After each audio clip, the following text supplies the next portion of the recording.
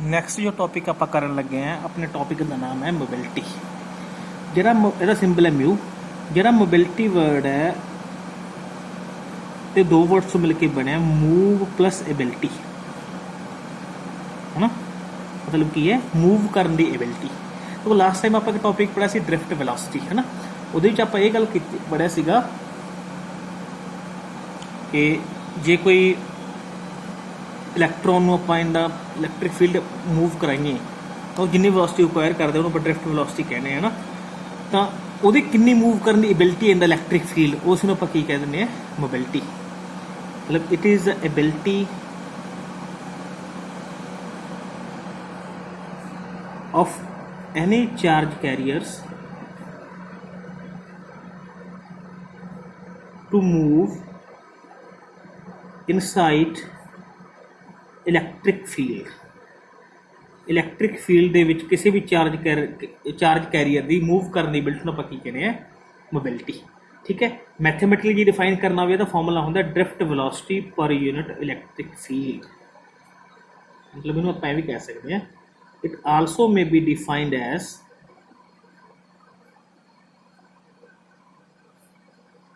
ratio of drift velocity, drift speed and electric field के drift speed की ratio ਆਪਾਂ ਕੀ ਬੋਲਦੇ हैं, mobility। क्लीयर है जी। अच्छा, लास्ट टाइम आप ड्रिफ्ट रिलेशन पढ़ा सी ए ई टॉर्क बटे ई माइनस ई टॉर्क बटे एफ रिलेशन आप लास्ट टाइम पढ़ा हुआ है। तो ई चार्ज ऑन इलैक्ट्रॉन है, ई इलैक्ट्रिक फील्ड है, टॉर्क एवरेज टाइम है, तो एम तो मास ऑफ इलैक्ट्रॉन है ना। तो ये वैल्यू चक के इक्वेशन नंबर 1 के पुट कर देंगे आप, तो ड्रिफ्ट लॉस में कितना बन जाएगा, माइनस ई टॉर्क बटे एम। ऐसे ला देंगे नीचे आप ई। ठीक है जी। ई नाल ई कैंसल हो जाएगा, टोटल की बन गया माइनस ई टॉर्क बटे एम। ठीक है जी। This is expression for the mobility. हम इतों देखो इस इक्वेशन नंबर 2 में तुहानूं कुछ पता लगी, जिहड़ा म्यू है that will be inversely proportional to M. ਇਹਦਾ ਕੀ ਮਤਲਬ ਹੈ ਵੀ ਜਿੰਨਾ ਕਿਸੇ ਵੀ ਚਾਰਜ ਪਾਰਟੀਕਲ ਦਾ ਮਾਸ ਜ਼ਿਆਦਾ ਹੋਏਗਾ ਉਹਦੀ ਮੂਵ ਕਰਨ ਦੀ ਐਬਿਲਿਟੀ ਉਨੀ ਘੱਟ ਹੋਏਗੀ। ਠੀਕ ਹੈ। ਜਿਵੇਂ ਇਲੈਕਟ੍ਰੋਨ ਦੀ ਗੱਲ ਕਰੀਏ, ਇੱਕ ਪ੍ਰੋਟੋਨ ਦੀ ਗੱਲ ਕਰ ਲਈਏ ਨਾ। ਜਿਹੜਾ ਇਲੈਕਟ੍ਰੋਨ ਦਾ ਮਾਸ ਹੈ ਪ੍ਰੋਟੋਨ ਦੇ ਮਾਸ ਨਾਲੋਂ ਬਹੁਤ ਘੱਟ ਹੈ। ਇਹਦਾ ਮਤਲਬ ਇਲੈਕਟ੍ਰੋਨ ਦੀ ਜਿਹੜੀ ਮੋਬਿਲਿਟੀ ਹੋਏਗੀ ਉਹਨੂੰ ਮੈਂ ਮਿਊ ਈ ਨਾਲ ਲਿਖ ਲਿਆ, ਜਿਹੜੀ ਪ੍ਰੋਟੋਨ ਦੀ ਮੋਬਿਲਿਟੀ ਨੂੰ ਮੈਂ ਮਿਊ ਪੀ ਨਾਲ ਲਿਖ ਲਿਆ। That means if mass of electron is very much less than the mass of proton then mobility of electron should be very much greater than the mobility of the holes कह लो और proton कह लो। ठीक है। That is mobility electron की होंगी है वो greater होंगे मोबिलिटी ऑफ प्रोटोन्स। ठीक है जी। निकल आप यूनिट्स ही करिए मोबिलिटी दे, देखो इलैक्ट्रिक ड्रिफ्ट वेलोसिटी दे होंगे मीटर पर सैकेंड, इलैक्ट्रिक फील्ड दे होंगे न्यूटन पर कूलम, है ना। तो यूनिट बन जाएंगे मीटर पर सैकेंड कूलम इंटू यूनिट्स। ठीक है। This is about the mobility. Next बहुत इंपॉर्टेंट टॉपिक है तो रिलेशन बिटवीन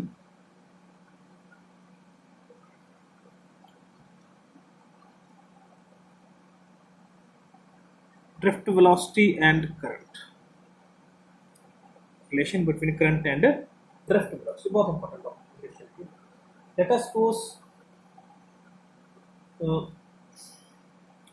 आप एक कंडक्टर मान लिया,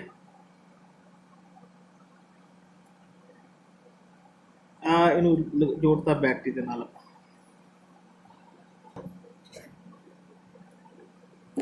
ਠੀਕ ਹੈ ਜੀ। बैटरी पोटेंशियल V मान लिया, इलैक्ट्रिक फील्ड अपने E मान लिया। मान लो जो लेंथ ऑफ रॉड आप L मान ली, इधर पॉजिटिव पोटेंशियल होएगा, इधर अपने को की होएगा नेगेटिव पोटेंशियल होएगा। हम देखो अपने करंट का रिलेशन फाइंड करना है। ए इहदा एरिया मान लिया, L इहदी लेंथ मान ली। जे मैं वॉल्यूम फाइंड करनी होवे, वॉल्यूम ऑफ इस रॉड नहीं मैं तो कोल A इंटू L बन जाएगी। ठीक है जी। अपने करंट का रिलेशन होना पहला करंट लिख लो। आई का बराबर होंगे Q बटे T होंगे। क्यू की वैल्यू मैं ई लिख लो, ठीक है जी, ई बटे टी हो गया। ਹੁਣ ਜੇ ਇੱਥੇ ਆਪਾਂ E ਦੀ ਵੈਲਿਊ ਪੁੱਟ ਕਰਦੇ, ਇੱਥੇ ਆਪਾਂ T ਦੀ ਵੈਲਿਊ ਪੁੱਟ ਕਰ ਦਈਏ ਤਾਂ ਆਪਣੇ ਕੋਲ ਰਿਲੇਸ਼ਨ ਕਰੰਟ ਦੇ ਵੈਲੋਸਿਟੀ 'ਚ ਆ ਜਾਏਗਾ।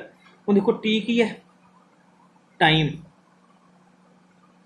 ਇਲੈਕਟ੍ਰੋਨ ਦੀ ਮੂਵ ਕਰਨ ਦੀ ਵੈਲੋਸਿਟੀ ਕਿੰਨੀ ਹੁੰਦੀ ਹੈ, VD। ਕਿੰਨਾ ਪਾਥ ਕਵਰ ਕਰੂ electronic negative terminal to positive terminal ਤੱਕ ਆਉਣ ਲਈ L, ਕਿਉਂਕਿ L ਲੈਂਥ ਆਫ ਰॉड ਹੈ। ਤਾਂ ਮੈਂ ਫਾਰਮੂਲਾ ਲਾ ਸਕਦਾ velocity is equal to distance by time. Velocity ਤੁਹਾਡੇ ਕੋਲ VD ਹੈ, डिस्टेंस ਤੁਹਾਡੇ ਕੋਲ L है, टाइम ਤੁਹਾਨੂੰ T ਲੱਗਿਆ,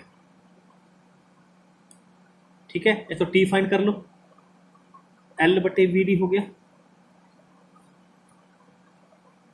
ठीक है जी। T की वैल्यू तो निकल गई, हम वैल्यू कर लो E की।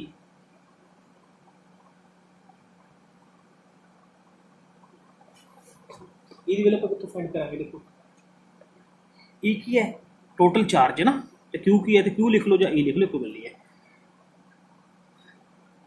Late N be the number of electron per unit volume, N के number of electron ने per unit volume, and E be the charge on one electron, एक इलेक्ट्रॉन का चार्ज तो कितना है, E है। फिर आप लिख सकते हैं टोटल चार्ज की लिख सकते हैं, देखो N के number of electron per unit volume, ਇਹਦੇ ਨਾਲ ਮੈਂ ਵੋਲਿਊਮ ਨੂੰ ਮਲਟੀਪਲਾਈ ਕਰਤਾ ਤੇ ਇੱਕ ਚਾਰਜ ਨਾਲ ਗੁਣਾ ਕਰਤੀ, ਇਹ L ਹੈ। ਨੰਬਰ ਆਫ ਇਲੈਕਟ੍ਰੋਨ ਪਰ unit volume into volume, number of electron ਰਹਿ ਗਿਆ, ਇੰਨੇ ਨੰਬਰ ਆਫ ਇਲੈਕਟ੍ਰੋਨ ਹੋ ਗਏ ਪੂਰੀ ਵੋਲਿਊਮ ਦੇ ਵਿੱਚ। ਇੱਕ ਇਲੈਕਟ੍ਰੋਨ ਚਾਰਜ E ਹੈ ਤਾਂ ਟੋਟਲ ਚਾਰਜ ਕਿੰਨਾ ਹੋ ਗਿਆ, N into AL into V। Q ਦੀ ਵੈਲਿਊ ਆਪਣੇ ਕੋਲ ਆ ਗਈ, ਆਪਣੇ ਕੋਲ I the T the value ਆ ਗਈ। ਪੁੱਟ 2 and 3 in equation number 1, तो करंट का बराबर हो गया NaLe by L by VD। VD ऊपर चला गया तो कितना बन जाएगा, ANLE बटे L into VD। NL total cancel होगा तो फॉर्मूला की बचेगा I is equal to ANE VD। This is your relation between current and drift velocity. अगला जो टॉपिक आप करन लगे हैं, अपने टॉपिक का नाम है ओहम लॉ। 10वीं ਦੇ ਵਿੱਚ ਵੀ ਤੁਸੀਂ ਪੜਿਆ ਹੋਇਆ ਸਾਰਿਆਂ ਨੇ ਇਹ ਕੀ ਕਹਿੰਦਾ ਹੈ, it state that if physical condition remains same, then potential difference across the ends of a conductor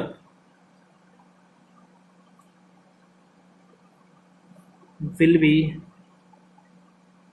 directly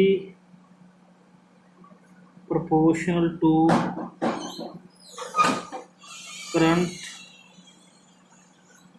flowing through it। मतलब की है जेकर फिजिकल कंडीशन सेम रहन, लाइक टैंपरेचर प्रैशर चेंज ना होवे, then जेड़ा पोटेंशियल डिफरेंस है across the ends of a conductor it will be directly proportional to the current. जिवें सपोज करो तुहाडे कोल आ एक कनैक्टर बना लिया मैंने, बैटरी अप्लाई करती, पोटेंशियल डिफरेंस सपोज करो V है, जो बैटरी वोल्टेज V है, दैट मीन जेडे भी चार्ज कैरियर या इलैक्ट्रॉन्स होणगे they are attracted towards the positive terminal with that potential V greater the value of V। जिन्हें V वधी जाऊगी उन्नी इस पॉजिटिव टर्मिनल की एबिलिटी वधी चलूगी to attract the electron toward itself, है ना। ਇਹਦਾ मतलब जिन्ने इलैक्ट्रॉन को अट्रैक्ट करने की कैपेबिलिटी ज़्यादा वधी जाएगी, जो इलैक्ट्रॉन ज़्यादा अट्रैक्ट होंगे टुवर्ड्स द पॉजिटिव टर्मिनल, उन्हें सर्किट च करंट भी की है ज़्यादा ही चलूगा।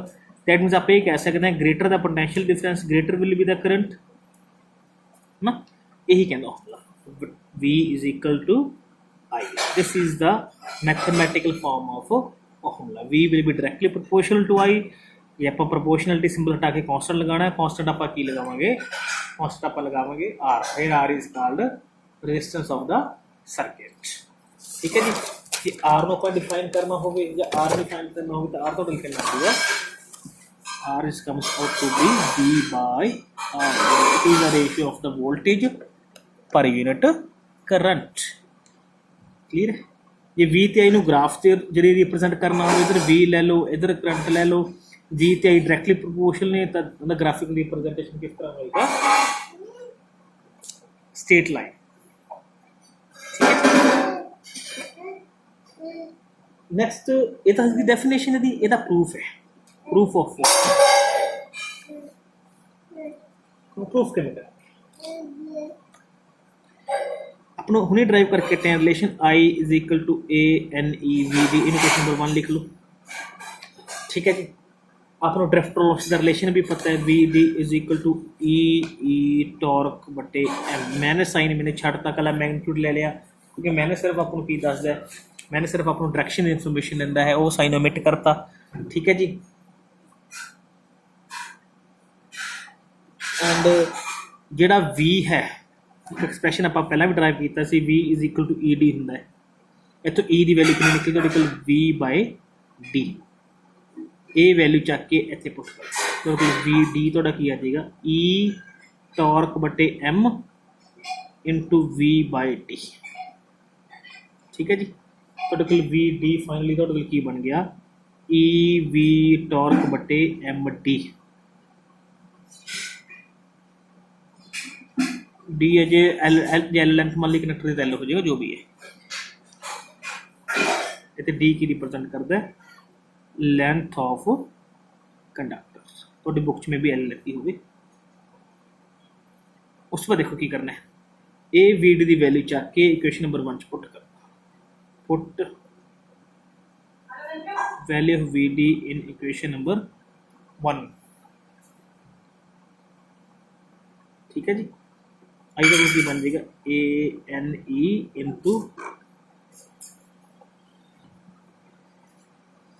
ए एन ई वी डी जो ई वी टॉर्क बटे एम डी ठीक है जी देखो ए एन ई आप है ई स्केयर हो गया टॉर्क बटे एम डी इनू अलग लिख लिया वी कला अलग रह गया ठीक है जी आ सारी पैरामीटर नू मैं इधर ले आया P is equal to M D by A N E square torque is equal to I हो गया इनू कर लो compare V is equal to I R नाल कंपेयर करांगे तो तुहाडे कोल आर तुहानूं की बचूगा एम डी देखो आर एक कॉन्स्टेंट सीगा प्रोपोर्शनलिटी कॉन्स्टेंट इत्थे भी जिहड़ा आर दा रिलेशन आया है ये सारे कॉन्स्टेंट पैरामीटर देखो एम मास ऑफ इलेक्ट्रॉन है कॉन्स्टेंट है D distance of the conductor है लेंथ ऑफ द कंडक्टर है कॉन्स्टेंट है ए एरिया है कॉन्स्टेंट है एन नंबर ऑफ इलेक्ट्रॉन्स है कॉन्स्टेंट है ई की इलेक्ट्रॉनिक चार्ज कॉन्स्टेंट है टॉर्क की एवरेज टाइम है भी कॉन्स्टेंट है दैट मीन्स तो बिल्कुल हो गया proof V is equal to I R ये मैं पाइन प्रूफ कर सकते हैं using the concept of current and drift velocity ठीक है नेक्स्ट में लिमिटेशंस की ओहम दे लिमिटेशन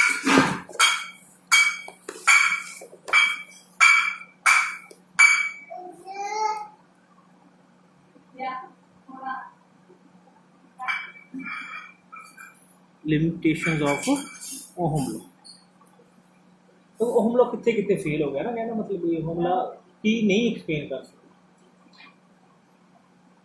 पहला की है Ohm law is applicable only of to solid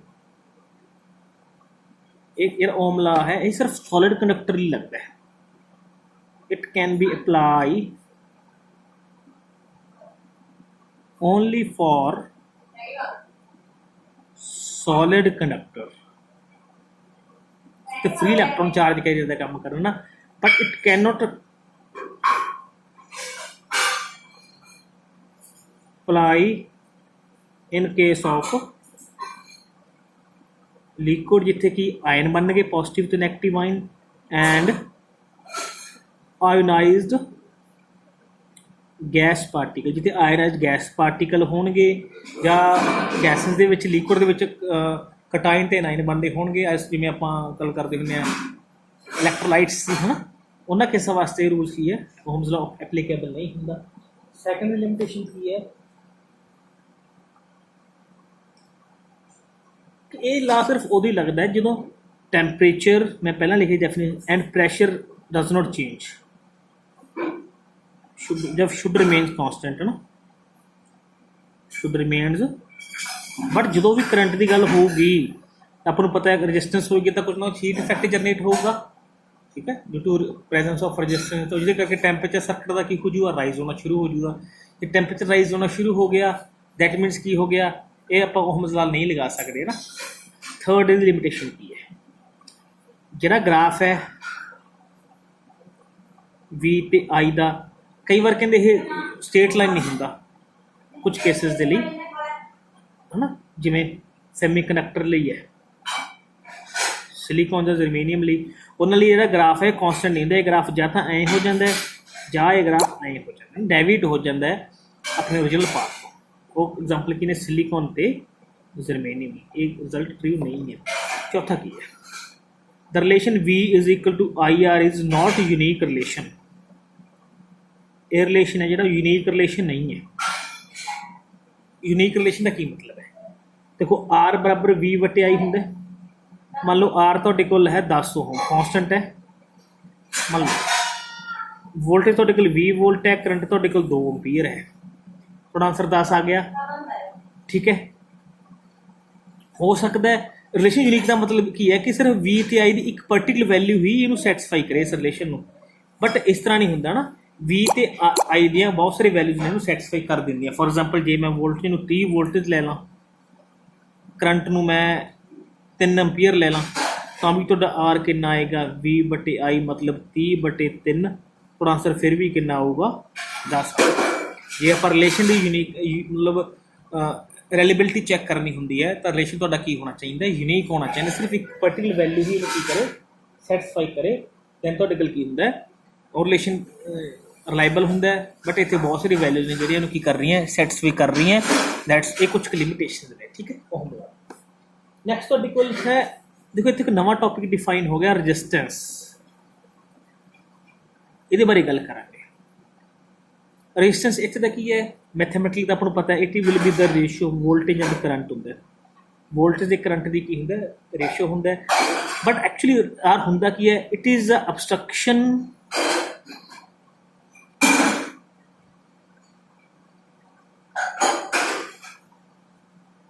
in the flow of current. एक करंट के फ्लो च की है रुकावट है, हाँ करंट के फ्लो जी रुकावट होंगी है की कह दें रजिस्टेंस कह दें। मेन रीजन की है कनैक्टर के, सपोज करो अपने को कनैक्टर है, कनैक्टर को फ्री इलैक्ट्रॉन होंगे,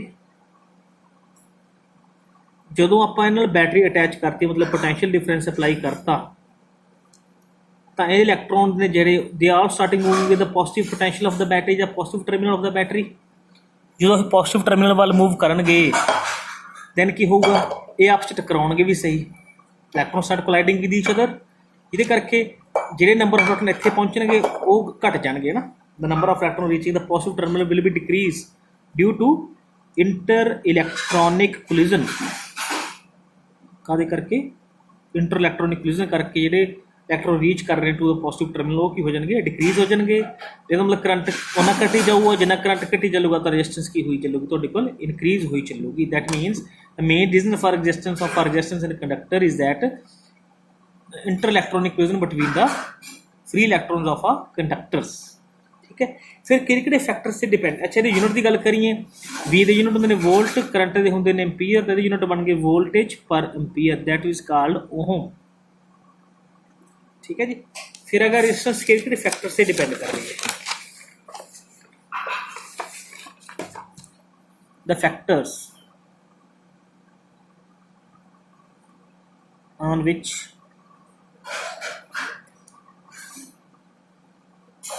resistance of conductor depends। किहड़े फैक्टर जिधर रेजिस्टेंस की कर रहे सर्किट की डिपेंड करती है। पहला फैक्टर की है लेंथ, ये रेजिस्टेंस है that will be directly proportional to the length of the conductor. जितनी कंडक्टर की लेंथ ज़्यादा होएगी उन्हें थोड़ी रेजिस्टेंस भी की है ज़्यादा होएगी। फॉर एग्जांपल किमें मान लो मैं कंडक्टर बना ला, एक तो एडा कंडक्टर बना ला, एक एडा बना ला ना, ਇਹਦੇ ਨਾਲ ਵੀ ਬੈਟਰੀ ਅਟੈਚ ਕਰਤੀ, ਇਹਦੇ ਨਾਲ ਵੀ ਬੈਟਰੀ ਅਟੈਚ ਕਰਤੀ ਸਪੋਜ਼ ਕਰੋ ਇਹਨੇ। ਹੁਣ ਦੇਖੋ ਇਹਦੇ ਵਿੱਚ ਤਾਂ ਜਿਹੜੇ electrons negative terminal to positive terminal ਜਾਣਗੇ, he has to cover less path, ਪੂਰੀ ਜਿਹਦਾ ਪੋਜ਼ਿਟਿਵ ਟਰਮੀਨਲ ਨਾ, ਇੰਟਰ ਇਲੈਕਟ੍ਰੋਨ ਕੋਲਿਜ਼ਨ ਵੀ ਘੱਟ ਹੋਣਗੇ, ਈਜ਼ੀਲੀ ਇਲੈਕਟ੍ਰੋਨ ਜਿਹੜੇ ਚਾਰਜ ਕੈਰੀਅਰ ਨੇ ਉਹ ਨੈਗੇਟਿਵ ਟੂ ਪੋਜ਼ਿਟਿਵ ਪਹੁੰਚ ਜਾਣਗੇ, ਕੋਲਿਜ਼ਨ ਘੱਟ ਹੋਣਗੇ ਤਾਂ ਕਰਕੇ ਰੈਜ਼ਿਸਟੈਂਸ ਤੁਹਾਡੀ ਘੱਟ ਹੋਏਗੀ। ਪਰ ਜਿਵੇਂ ਜਿਵੇਂ ਲੈਂਥ ਕਨੈਕਟਰ ਦੀ ਇਨਕਰੀਜ਼ ਕਰੀ ਚੱਲੋਗੇ, ਇਲੈਕਟ੍ਰੋਨ ਨੂੰ ਜ਼ਿਆਦਾ ਪਾਥ ਕਵਰ ਕਰਨਾ ਪਊਗਾ ਪੋਜ਼ਿਟਿਵ ਟਰਮੀਨਲ ਤੱਕ ਪਹੁੰਚਣ ਲਈ। ਇਹਦਾ ਮਤਲਬ ਇਨ ਬਿਟਵੀਨ ਮੋਰ ਇਲੈਕਟ੍ਰੋਨਸ ਟਕਰਾਉਣਗੇ ਆਪਸ ਦੇ ਵਿੱਚ, ਜਿੰਨੇ ਇਲੈਕਟ੍ਰੋਨ ਜ਼ਿਆਦਾ ਟਕਰਾਉਣਗੇ ਉਹਨਾਂ ਤੁਹਾਡਾ ਕਰੰਟ ਰੈਜ਼ਿਸਟੈਂਸ ਵੀ ਕੀ ਹੈ, ਇਨਕਰੀਜ਼ ਹੋਈ ਚੱਲੂਗਾ। That means in short we can say that the resistance of a conductor will be directly proportional to the length of the conductor, ठीक है। सेकंड फैक्टर है area, resistance will be direct inversely proportional to the area, area ਨਾਲ ਕੀ ਹੈ inversely proportional, ਮਤਲਬ ਜਿੰਨਾ area ਵਧੀ ਚੱਲੂਗਾ ਉਹਨਾਂ ਰੈਜ਼ਿਸਟੈਂਸ ਤੁਹਾਡਾ ਕੀ ਹੈ ਡਿਕਰੀਜ਼ ਹੁੰਦਾ ਰਹੂ। ਫੋਰ ਐਗਜ਼ਾਮਪਲ ਕਿਵੇਂ, ਲੈਟ ਅਸ ਸਪੋਜ਼ ਇੱਕ ਮੇਰੇ ਕੋਲ ਨੈਰੋ ਜਿਹਾ ਕਨੈਕਟਰ ਹੈ, ਇੱਕ ਮੇਰੇ ਕੋਲ ਬ੍ਰੌਡਰ ਕਨੈਕਟਰ ਇਸ ਤਰ੍ਹਾਂ। ਹੁਣ ਦੇਖੋ ਲੈਂਥ ਦੋਨੋਂ ਸੇਮ ਸਪੋਜ਼ ਕਰ ਲਓ ਨਾ, ਲੈਂਥ ਮਤਲਬ ਸੇਮ ਸਪੋਜ਼ ਕਰਨਾ ਮਤਲਬ ਕਿ ਬ੍ਰੈਡਥ ਵਧਾ ਦਿਓ, ਆਹ ਚੀਜ਼ ਵਧਾ ਦਿਓ, ਆਹ ਚੀਜ਼ ਹੈ ਮੇਰੇ ਕੋਲ। ਹੁਣ ਕੀ ਹੋਏਗਾ ਇਹਦੇ ਵਿੱਚ ਦੇਖੋ, ਦੋਨਾਂ ਕੇਸ ਦੇ ਵਿੱਚ ਬੈਟਰੀ ਲਗਾ ਦਿਓ, ਇਹਦੇ ਵਿੱਚ ਨੈਰੋ ਪਾਥ ਹੈ ਤਾਂ ਕਰਕੇ ਇਲੈਕਟ੍ਰੋਨਸ ਨੂੰ ਚੱਲਣ ਦੇ ਵਿੱਚ ਮੁਸ਼ਕਲ ਆਏਗੀ, ਇੱਕ ਸਰਟ ਨੰਬਰ ਆਫ ਕੋਲਿਜ਼ਨ ਹੋਣਗੇ ਜ਼ਿਆਦਾ, ਜਿੰਨਾ ਬੈਟਰੀ ਜ਼ਿਆਦਾ ਲਈ ਚੱਲਾਂਗੇ ਇਲੈਕਟ੍ਰੋਨ ਨੋਟ ਪੋਜ਼ਿਟਿਵ ਵੱਲ ਖਿੱਚੇ ਜਾਣਗੇ। But due to narrow path they will feel much more, ਐ ਮੰਨ ਲਓ ਕਿ ਉਹਨਾਂ ਨੂੰ ਕੰਜਸਟਡ ਜਿਹਾ ਮਹਿਸੂਸ ਹੋਊਗਾ ਨਾ, ਈਜ਼ੀਲੀ ਮੂਵ ਨਹੀਂ ਕਰ ਸਕਣਗੇ। ਜੇ ਈਜ਼ੀਲੀ ਮੂਵ ਨਹੀਂ ਕਰ ਸਕਣਗੇ that means circuit the resistance ਕੀ ਹੋਏਗੀ, ਜ਼ਿਆਦਾ ਹੋਏਗੀ। ਬਟ ਜੇ ਮੈਂ ਏਰੀਆ ਵਧਾ ਦਾਂ, ਲੈਂਥ ਸੇਮ ਰੱਖਾਂ, that means electron can easily cross 1 ਬਾਈ 1 ਨਾ, ਉਹ ਬਿਨਾਂ ਕਿਸੇ ਕੋਲਿਜ਼ਨ ਦੇ ਆਪਣੇ ਪੋਜ਼ਿਟਿਵ ਟਰਮੀਨਲ ਤੱਕ ਪਹੁੰਚ ਜਾਣਗੇ। ਇਹਦਾ ਮਤਲਬ ਇਸ ਕੇਸ ਦੇ ਵਿੱਚ ਰੈਜ਼ਿਸਟੈਂਸ ਤੁਹਾਡੀ ਕੀ ਹੈ ਘਟ ਜਾਏਗੀ, ਇਸ ਕੇਸ ਦੇ ਵਿੱਚ ਰੈਜ਼ਿਸਟੈਂਸ ਤੁਹਾਡੀ ਕੀ ਹੈ ਇਨਕਰੀਜ਼ ਹੋ ਜਾਏਗੀ। ਦੈਟ ਮੀਨ ਇਹਦਾ ਮਤਲਬ ਇਹ ਕਹਿ ਸਕਦੇ ਜਿੰਨਾ ਤੁਹਾਡਾ ਏਰੀਆ ਵੱਧ ਜੂਗਾ ਤੁਹਾਡੀ ਰੈਜ਼ਿਸਟੈਂਸ ਉਨੀ ਕੀ ਹੈ ਡਿਕਰੀਜ਼ ਹੋਗੀ। That's why resistance inversely proportional to the area. Combine ਕਰ ਦਿਓ ਇਕੁਏਸ਼ਨ ਨੰਬਰ 1 ਤੇ 2 ਨੂੰ, ਆਰ ਤੋਂ ਕੀ ਬਣ ਗਿਆ ਐਲ ਬਟੇ ਏ ਬਣ ਗਿਆ, ਹਟਾ ਕੇ ਕੌਂਸਟੈਂਟ ਲਗਾ ਦਾਂਗੇ, ਕੌਂਸਟੈਂਟ ਲਗਾਇਆ ਰੋ, rho is called specific resistance, और ਆਪਾਂ ਕੀ ਕਹਿੰਦੇ ਨੇ ਰੈਜ਼ਿਸਟਿਵਿਟੀ ਵੀ ਕਹਿ ਦਿੰਦੇ ਆ, rho is called resistivity, ਠੀਕ ਹੈ ਜੀ। ਜੇ ਆਪਾਂ ਰੈਜ਼ਿਸਟਿਵਿਟੀ ਡਿਫਾਈਨ ਕਰਨੀ ਹੋਵੇ ਤਾਂ ਇਹਦੀ ਵੈਲਿਊ ਲਿਖੋ ਜੀ ਆਰ ਏ ਬਟੇ ਐਲ, ਹੈ ਨਾ। ਏ ਨੂੰ ਮੰਨ ਲਓ 1 ਮੀਟਰ ਸਕੁਅਰ, ਐਲ ਨੂੰ ਮੰਨ ਲਓ 1 ਮੀਟਰ, then ਤੁਹਾਡਾ ਆਰ ਤੇ ਰੋ ਆਪਸ ਕੀ ਆ ਜਾਣਗੇ ਇਸ ਇਕੁਅਲ ਆ ਜਾਣਗੇ। ਤੁਸੀਂ ਕਹੋਗੇ your resistivity will be equal to resistance ਕਦੋਂ, when you have a conductor having length 1 metre and area 1 metre square. ਜੇ ਤੁਹਾਡਾ ਲੈਂਥ ਹੈ ਜੇ ਕੰਡਕਟਰ ਦੀ 1 ਮੀਟਰ ਹੋਵੇ, ਏਰੀਆ ਤੁਹਾਡਾ ਕਿੰਨਾ ਹੋਵੇ 1 ਮੀਟਰ ਸਕੁਅਰ ਹੋਵੇ, ਉਦੋਂ ਤੁਹਾਡੀ ਜਿਹੜੀ ਰੈਜ਼ਿਸਟੈਂਸ ਹੈ ਤੇ ਰੈਜ਼ਿਸਟਿਵਿਟੀ ਆਪਸ ਕੀ ਹੋ ਜਾਣਗੇ ਬਰਾਬਰ।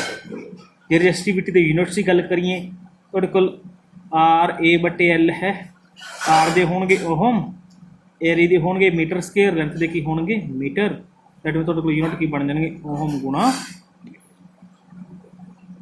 ਠੀਕ ਹੈ ਜੀ। ਨੈਕਸਟ ਟੌਪਿਕ ਆਪਾਂ ਅਗਲੀ ਵੀਡੀਓ 'ਚ ਕਰਾਂਗੇ।